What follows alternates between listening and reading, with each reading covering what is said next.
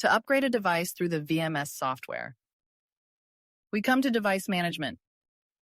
We first need to make sure our device is connected. In this case, we have our NVR connected here. So we can just log into the device by clicking on the gear icon, and this page will open.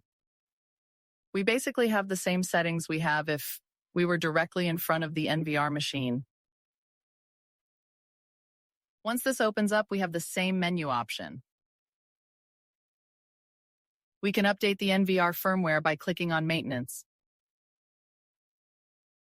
You're going to do the upgrade as you would in the NVR, either automatic or if you have the file on your device, you can upgrade manually. And you can update the cameras that are currently live on your NVR by coming to IP Camera Maintenance. And then Upgrade.